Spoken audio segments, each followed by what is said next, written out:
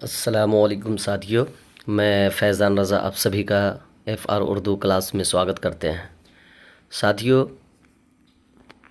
اس سے پہلے والی ویڈیو میں ہم نے بھابی جان جو سہیل عظیم آبادی کی لکھی ہوئی کہانی ہے، یعنی ان کا جو افسانہ ہے بھابی جان، اس ویڈیو میں نے آپ سبھی کو چیپٹر نمبر 10 تک پڑھایا تھا۔ اس کا آخری لائن یہ تھا کہ کیونکہ سردی کا موسم شروع ہو رہا تھا اور شمی ان کے کالج کی ایک غریب طالب علم تھی جو صرف ان کی مدد کے سہارے پڑھ رہی تھی۔ اب آج کے اس ویڈیو میں ہم اس سے آگے آپ سبھی کو پڑھانے جا رہے ہیں۔ سبھی ساتھیوں سے گزارش ہے کہ آپ سبھی بغور اور بالکل ہی اطمینان کے ساتھ اس ویڈیو کو دیکھیں، سنیں اور پڑھنے کی کوشش کریں۔ تو چلیے اسٹارٹ کرتے ہیں آج کا یہ سبق بھابی جان۔ جیسا کہ آپ سبھی دیکھ پا رہے ہیں، کہا جا رہا ہے کہ بھابی سے میری صرف دوسری یا تیسری ملاقات تھی۔ بھابی سے کیا تھی؟ میری صرف دوسری یا تیسری ملاقات تھی، البتہ خط و کتابت بہت زیادہ تھی۔ یعنی کہ اختر یہ کہہ رہا تھا کہ بھابی سے صرف دوسری یا تیسری ملاقات تھی۔ تو اب یہاں پر سوالات پوچھے جا سکتے ہیں کہ اختر نام کا جو لڑکا تھا، جو بھابی کا دیور تھا، اس کی جو ملاقات بھابی جان سے ہوئی تھی وہ کتنے بار ہوئی تھی؟ تو دوسری یا تیسری۔ کیا کہیں گے؟ دوسری یا تیسری، ٹھیک ہے۔ البتہ خط و کتابت بہت زیادہ تھی، لیکن 3 دن ساتھ رہ کر معلوم ہوا کہ وہ آدمی نہیں مشین تھی۔ کون؟ بھابی۔ کیونکہ میں نے شروع میں ہی بتایا تھا کہ یہ کہانی کون بیان کر رہا ہے؟ اختر۔ یعنی کہ اختر کو یہاں پر اس افسانہ کی جو مصنف ہے جناب سہیل عظیم آبادی نے، اس کو قاری بنایا، وہ اپنی زبانی یہاں پر باتیں کر رہا ہے، ٹھیک ہے۔ تو اختر نے کیا کہا کہ بھابی سے میری صرف دوسری یا تیسری ملاقات تھی، البتہ خط و کتابت بہت زیادہ تھی، لیکن 3 دن ساتھ رہ کر معلوم ہوا کہ وہ آدمی نہیں مشین تھی۔ اور وہ کیا ہے؟ اس میں اشارہ ہے۔ وہ کیا ہے؟ اس میں اشارہ ہے۔ وہ اس میں اشارہ، یاد رکھیے گا، اس میں اشارہ ہے۔ یعنی کہ کس کی طرف اشارہ کیا جا رہا ہے؟ تو بھابی جان کی طرف۔ صبح اٹھ کر کام شروع کر دیتی، ان کا زمانہ بھی بالکل بدل چکا تھا، ٹھیک ہے۔ کبھی 4-5 نوکر اور مائیں ہوتی تھیں، اب ان کے پاس صرف ایک نوکر تھا جو بازار سے سودا لاتا تھا اور کھانا بھی پکاتا تھا۔ یعنی کہ بھابی جان کی جو ماضی گزری ہے اس کے بارے میں باتیں ہو رہی ہے کہ بھابی ایک وقت اتنی مالدار تھی کہ 4-5 نوکر ہوا کرتے تھے، لیکن اب ان کا حال ایسا ہو گیا کہ صرف ایک نوکر ہے جو صرف کیا کرتا تھا؟ بازار سے سودا لاتا تھا اور کھانا بھی پکاتا تھا۔ پھر روپیوں کی بھی بڑی تنگی تھی۔ اب روپیوں کی بھی تنگی ہو چکی تھی۔ پہلے وہ ہزاروں روپیے ماہوار اپنے شوق پر خرچ کر دیا کرتی تھیں، ہزاروں روپیے مہینے اپنے شوق پہ خرچ کیا کرتی تھیں۔ کون؟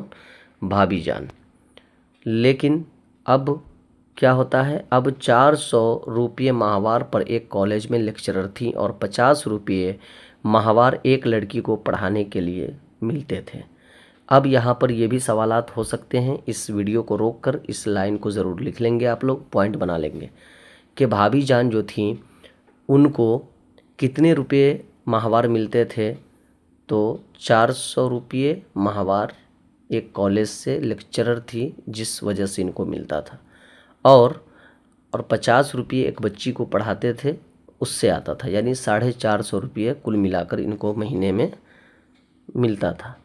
لے دے کر یہی ان کی آمدنی تھی، لے دے کر جو بھی آمدنی تھی وہ یہی تھی، اور خرچ اپنی جگہ پر بالکل کچھ زیادہ ہی۔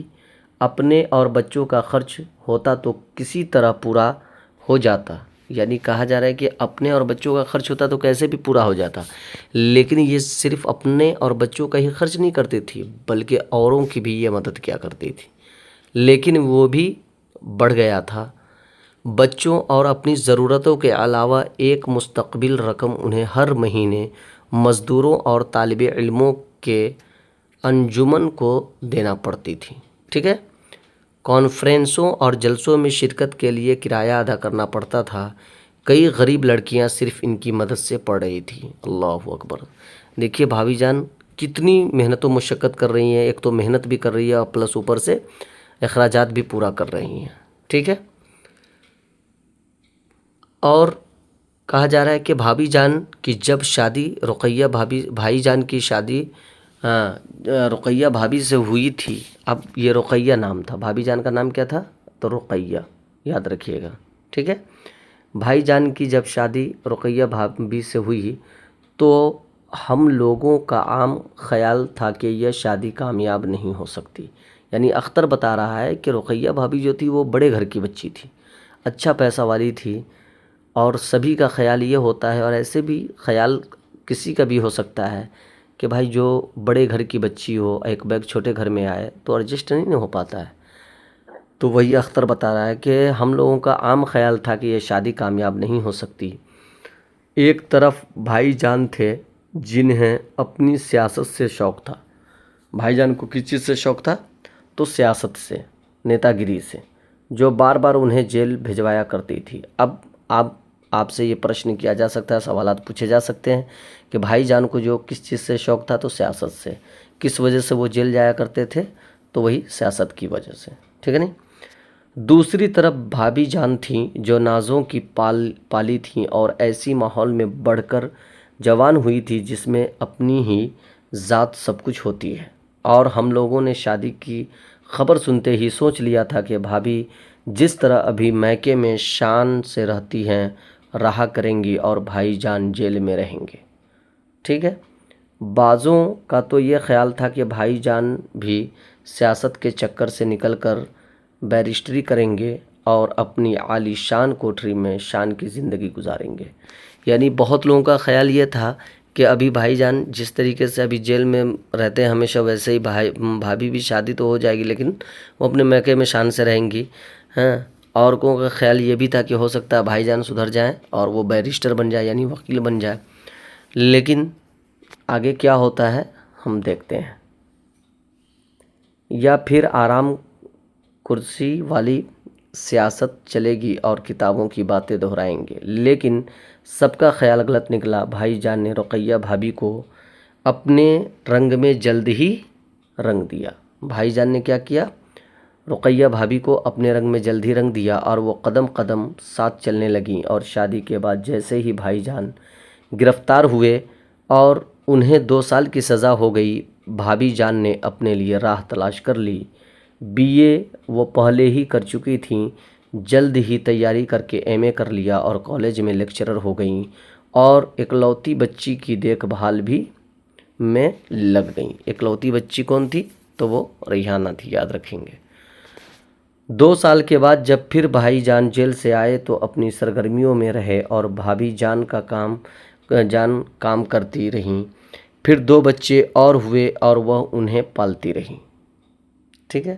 ابھی تک ایک بچی تھی، اب پھر 2 بچے ہوئے، اسے بھی پالنے لگی۔ اب بھائی جان 3 سال سے نظر بند تھے اور ان پر مقدمہ چل رہا تھا۔ بھائی جان کتنے سال سے نظر بند تھے؟ تو 3 سال سے، ٹھیک ہے۔ کہا جا رہا ہے کہ نظر بند تھے اور مقدمہ چل رہا تھا، تو بھابھی جان بے شمار ذمہ داریوں اور غم کا بوجھ اٹھائے پھرتی تھیں، لیکن ان کا چہرہ کبھی میلا نہیں ہوتا تھا، کبھی بھی وہ مایوس نہیں ہوتی تھی، بلکہ ایسا معلوم ہوتا تھا کہ وہ اپنے غم کو اپنے لیے مسرت سمجھنے لگی ہیں اور غم میں بھی خوشی کا پہلو نکال ہی لیتی ہیں۔ مسرت بولے تو خوشی، شادمانی۔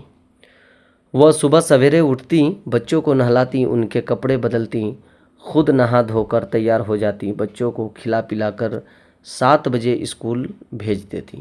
اسکول بچہ کئے بجے جاتا تھا؟ تو 7 بجے، یاد رکھیں گے۔ اسکول کی ٹائمنگ 7 بجے تھی، ٹھیک ہے۔ پھر ملنے والوں کا سلسلہ شروع ہو جاتا، طرح طرح کے لوگ ان سے ملنے آتے اور طرح طرح کی فرمائشیں کرتے۔ کوئی ان سے ملازمت کے لیے سفارش کرنے کو کہتا، کوئی کسی اور کام کے لیے، ٹھیک ہے۔ سب آدمی انہیں بڑے آدمی کی بیوی اور بہو سمجھتے تھے، کوئی یہ نہیں سمجھتا تھا کہ بھابھی جان کا تعلق اب بڑے لوگوں سے صرف چھوٹے لوگوں کی وجہ سے رہ گیا ہے۔ وہ اب بڑے لوگوں کے پاس صرف سفارشیں لے کر جاتی ہیں، ورنہ بڑے لوگوں سے اب انہیں دور کا بھی کوئی واسطہ نہیں۔ بھابھی کالج جاتی اور وہاں بھی پڑھانے کے علاوہ ہر لڑکے کے معاملات میں دلچسپی لیا کرتی، یعنی کالج کے اندر میں بھی اسٹوڈنٹ کے ساتھ کچھ گڑبڑی ہوتی تو اس میں بھی دلچسپی لیتی۔ کالج سے آ کر پابندی کے ساتھ کئی خط روز لکھتی اور انہیں ڈاک میں ڈلواتی۔ عام طور پر یہ خطوط نئے لکھنے والوں کے نام ہوتے۔ اب آپ سے یہ سوال پوچھا جا سکتا ہے کہ بھابھی جو خطوط لکھا کرتی تھی، یہ خط کی جمع خطوط ہے، وہ عام طور پر کن کے لیے ہوتا تھا؟ تو عام طور پر یہ خطوط نئے لکھنے والوں کے نام ہوتے، تاکہ نئے لکھنے والے خط لکھنا سیکھ جائیں۔ اس سمے خط کا رواج ہی تھا، اب موبائل آ گیا ہے، ٹھیک ہے۔ خط لکھنے والوں کے نام ہوتے ہے کہ نہیں؟ ابھی دیکھتے ہیں۔ جو ہر روز انہیں خط لکھا کرتے تھے، بھابھی محض دل بہلانے اور وقت کاٹنے کے لیے لکھنا شروع کیا تھا، ٹھیک ہے، مگر وہ بہت اچھا لکھنے لگی تھی اور نئے لکھنے والے ان سے مشورے طلب کرتے اور وہ بڑی محبت کے ساتھ ان کے خطوں کا جواب دیا کرتی۔ اس طرح کے نئے لکھنے والے نہ تو غلط فہمیوں کا شکار ہو کر بھگ جائیں اور نہ ان کی دل شکنی ہو۔ پھر وہ شام کو ایک جگہ ٹیوشن پڑھانے چلی جایا کرتی تھی، یعنی صبح جاگنے کے بعد سے سوتے وقت کام آدمی کا ہے مشین معلوم ہوتی تھی۔ ان کے خط لکھنے کے شوق سے تنگ آ کر میں نے کہا، اختر بول رہا ہے کہ میں نے کہا کہ بھابھی آپ نے کیا علت پال رکھی ہے؟ علت بولے تو عادت، کہ کالج میں تو سر کھپاتی ہی ہیں، گھر پر بھی ایک کالج بنا رکھا ہے۔ بھابھی بڑے باوقار انداز میں مسکرائیں اور بولی۔ اب اختر نے وہ سوال کیا، بھابھی جواب دیتی ہے، کہتی، اختر، ان نئے لکھنے والوں کو کیسے بھول سکتی ہوں؟ یہ تو ہمارے مستقبل کی امیدیں ہیں۔ اگر میں ان پودوں پر روز چھڑکاؤ نہیں کر سکتی، ان کی خدمت نہیں کر سکتی کہ ان میں پھول لگیں اور سارا باغ مہک اٹھے، تو کم سے کم جو کچھ کر سکتی ہوں وہ تو کرنا چاہیے، ٹھیک ہے۔ کہا جا رہا ہے کہ اس جواب کے بعد کچھ اور بولنے کی گنجائش ہی نہیں تھی۔ میں چپ ہو رہا۔ ایک دن شام کے وقت وہی لڑکی شمی ان کے پاس آئی۔ وہ بہت اداس تھی، وہ کچھ کہنا چاہتی تھی لیکن پھر بھی نہیں کہہ سکتی تھی۔ بار بار اس کے ہونٹ کانپ کر رہ جاتے تھے اور ایسا معلوم ہوتا تھا کہ اب وہ رو دے گی، ٹھیک ہے۔ بھابھی نے حسب عادت اسے بٹھایا اور باتیں کی، پھر آنے کی وجہ پوچھی تو وہ کچھ بھی نہ بولی۔ بھابھی جتنے اسرار کے ساتھ پوچھتی معلوم ہوتا کہ اس کے ہونٹ اتنی ہی شدت کے ساتھ آپس میں چپک جاتے تھے۔ آخر وہ کچھ نہ بول سکی تو بھابھی نے اسے پکڑا اور سونے کے کمرے میں، یعنی بیڈ روم میں، سونے کے کمرے میں لے گئیں، دروازہ اندر سے بند کیا اور پوچھا کہ کیا بات ہے؟ لیکن شمی کچھ بتانے کے بدلے رونے لگی اور بھابھی کے چپ کرانے پر بھی روتی گئی، اور بڑی دیر کے بعد بھابھی کے ڈانٹنے پر اس نے بتایا کہ دوسرے ہی دن اس کے بھائی کے ایم اے کی فیس داخل کرنی ہے اور روپیے کا انتظام نہیں ہو سکا۔ اب وہ اس بات پر شرمندہ تھی کہ بھابھی اس کے کالج کا خرچ دیتی ہیں، اب وہ بھائی کے لیے فیس مانگے، لیکن دوسرا کوئی اور ایسا ہمدرد بھی نہ تھا جس کے سامنے وہ اپنے دل کا بوجھ ہلکا کرتی، اور وہ صرف اپنے دل کا بوجھ ہلکا کرنے کے لیے ان کے پاس آئی تھی۔ بھابھی نے بڑے محبت سے شمی کے گال پر ایک چپت لگائی اور بولی، کیا بولتی ہیں کہ پگلی اس میں رونے کی کیا بات تھی؟ آخر اس میں شرمانے کی کیا بات ہے، ہم لوگ اسی طرح تو ایک دوسرے سے کہہ کر اپنا دکھ درد ہلکا کر سکتے ہیں۔ یہ کہہ کر انہوں نے الماری کھولی اور چھوٹی چھوٹی سونے کی 2 چوڑیاں لا کر شمی کے ہاتھ میں رکھ کر بولی۔ اب چھوٹی چھوٹی کس چیز کی چوڑیاں تھیں؟ تو سونے کی چوڑیاں تھیں، ٹھیک ہے۔ لے جاؤ، اسے بیچ کر تمہارا بھائی فیس ادا کر سکے گا۔ شمی شاید گر جاتی، لیکن بھابھی نے اسے سنبھال لیا اور اس کے پیشانی چوم لی اور بولی، شمی سدا ایسے ہی زمانہ نہیں رہے گا، دن بدلیں گے، جاؤ سویرے چلی جاؤ، پھر اندھیرا ہو جائے گا۔ شمی چوڑیوں کو لے کر چلی گئیں۔ یہ چوڑیاں وہ تھیں جو 2 دن پہلے بھابھی جان نے ننھی ریحانہ کے لیے بڑی مشکل سے پیسے بچا کر بنوائی تھیں اور جسے ریحانہ نے صرف ایک بار پہنا تھا۔ یعنی یہ چوڑیاں کس کی تھی؟ ریحانہ کی تھی۔ اور کتنے دن پہلے بنوایا تھا؟ تو محض 2 دن پہلے۔ اور کتنے دن ریحانہ نے پہنا تھا؟ صرف ایک بار، ٹھیک ہے۔ چوڑیاں دے کر بھابھی جان بہت خوش تھیں، جیسے ان کے دل سے پہاڑ جیسا کوئی بوجھ اتر گیا ہو۔ آگے کیا کہا جا رہا ہے کہ میں 4 دنوں سے ان کے پاس تھا۔ اختر کئے دنوں سے اس کے پاس تھا؟ 4 دنوں سے۔ ایک ضروری کام کے سلسلے میں ان سے مشورہ کرنے آیا تھا، لیکن ان کی مصروفیتیں اور پریشانیاں دیکھ کر نہ موقع ملا اور نہ ہمت ہو سکتی، اور میں نے سوچ لیا کہ بھابھی سے بغیر کوئی مشورہ کیے اور مدد مانگے واپس جاؤں گا۔ حالانکہ میں اچھی طرح جانتا تھا کہ صرف وہی ایسی آدمی تھی جو اس سلسلے میں میری مدد کر سکتی تھی، لیکن میں نے فیصلہ کر لیا کہ ان سے ہرگز نہیں کہوں گا۔ آخر بھابھی نے خود ہی کہا، تم 4 دنوں سے آئے ہو لیکن کوئی بات تک نہیں کی۔ میں نے کہہ دیا میں صرف ٹہلنے اور آپ سے ملنے آ گیا تھا۔ پھر وہ بولیں، کون؟ بھابھی، اور تمہاری شادی کا کیا ہوا؟ سنا ہے تم میں اور تمہارے گھر والوں میں شادی کے مسئلے پر سخت اختلاف ہو گیا ہے۔ جی ہاں، شادی کرنے کا مطلب ہے کہ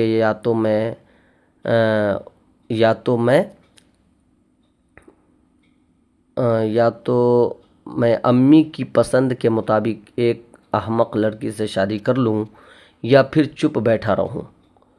اور وہ جمیلہ، تم تو جمیلہ سے شادی کرنا چاہتے تھے نا؟ بھابھی بولی۔ اب یہ بھابھی اس سے کہہ رہی کہ جمیلہ سے تم تو شادی کرنے والے تھے۔ اب بھی چاہتا ہوں، لیکن امی نے کہہ دیا کہ جمیلہ اس گھر میں بہو بن کر داخل نہیں ہو سکتی۔ میں نے کہا، یہ تو بڑا ظلم ہے۔ میں نے ہے تو، لیکن کیا کیا جائے، بہت سے ظلم برداشت کرنے پڑتے ہیں۔ تو اپنی امی کی پسند سے شادی کر لو پھر۔ یہ بھی نہیں کر سکتا بھابھی۔ پھر کیا سوچا؟ شادی تو جمیلہ سے ہی کروں گا اور گھر چھوڑ دوں گا، میں نے فیصلہ کن انداز میں کہا۔ یعنی اختر نے کہا کہ شادی تو جمیلہ سے ہی کروں گا اور گھر چھوڑ دوں گا، میں نے فیصلہ کن انداز میں کہا، ٹھیک ہے۔ اب بھابھی کیا کہتی ہے؟ کہہ رہی کہ تو پھر بسم اللہ، بیاہ کر لے آؤ، یہاں میرے ساتھ رہے گی، میں بھی اکیلی ہوں۔ اف! بھابھی کے یہ جملے سن کر میرا سر چکرا گیا۔ یہ عورت ہے یا عزم و ہمت کا ستون! ہر روز ایک نیا بوجھ کیا کرتی ہے؟ اپنے لیے بڑھائے جاتی ہیں۔ خود اپنی ضرورتیں اور ذمہ داریاں کیا کم ہیں؟ مگر ہمت ہے، اور صرف ہمت کے سہارے شوہر کی دوری اور نظر بندی کا غم ہنس ہنس کر بھلائے جاتی ہے۔ میں نے سوچ سمجھ کر جواب دیا کہ میں بھی یہی سوچ رہا تھا، لیکن ابھی دیر ہو گئی بھابھی، جمیلہ بیمار ہے۔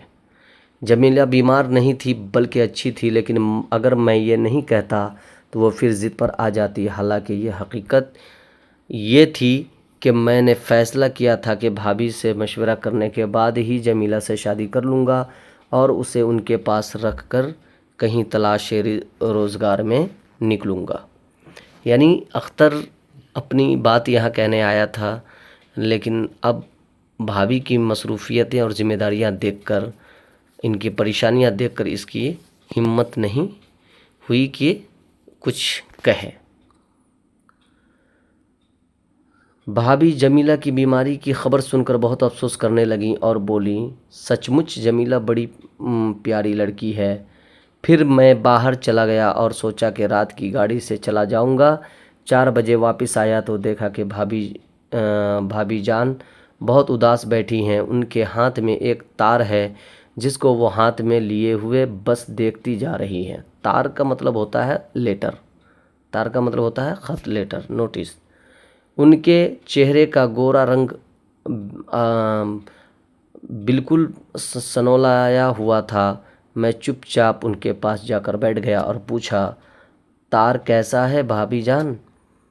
اب اختر سے بھابھی کہہ رہی ہے کہ بھابھی جان نے تار میرے ہاتھ میں دے دیا اور میز پر سر رکھ کر پھوٹ پھوٹ کر بچوں کی طرح رونے لگیں۔ میں نے تار پڑھا، بھائی جان کو 4 سال کی سزا ہو گئی تھی۔ میں نے کچھ دیر کے بعد مشکل کہا، بھابھی جان صبر کیجئے، ابھی تو آپ کو ایسے امتحانوں کی منزل سے اور بھی گزرنا باقی ہے۔ اور بھابھی کو جیسے سکون آ گیا وہ اٹھ بیٹھیں اور بولی کہ ٹھیک کہتے ہو اختر، میں اگر پریشان ہوئی تو بچے اور پریشان ہوں گے، ہے نہیں؟ آگے کیا ہوتا ہے؟ اتنا کہہ کر وہ اٹھیں اور منہ ہاتھ دھونے چلی گئیں۔ جب واپس آئی تو معلوم ہوتا تھا کہ بس ایک لہر تھی جو آئی اور گزر گئی۔ لیکن ہم لوگ جتنی دیر تک چائے پیتے رہے، بھابھی کی نظر بار بار پرانے سنگار میز پر رکھی بھائی جان کی تصویر کا طواف کرتی رہی۔ اسی وقت انہوں نے بتایا کہ ان کے پاسپورٹ کی درخواست نامنظور ہو گئی ہے اور اسی رات انہیں دہلی جانا بہت ضروری ہے۔ اسی رات بھابھی جان دہلی چلی گئیں اور میں بھی واپس ہو گیا۔ رات کے سناٹے میں ریل گزرتی جا رہی تھی اور مجھے ایسا معلوم ہوتا تھا کہ اندھیری رات میں بھابھی جان مجھے روشنی دکھا رہی تھی۔ ریل تیزی کے ساتھ گزرتی جا رہی تھی اور میرے دل میں نئے ارادے، نئے حوصلے پیدا ہو رہے تھے، نئی امیدیں اور نئی امنگیں جاگ رہی تھیں۔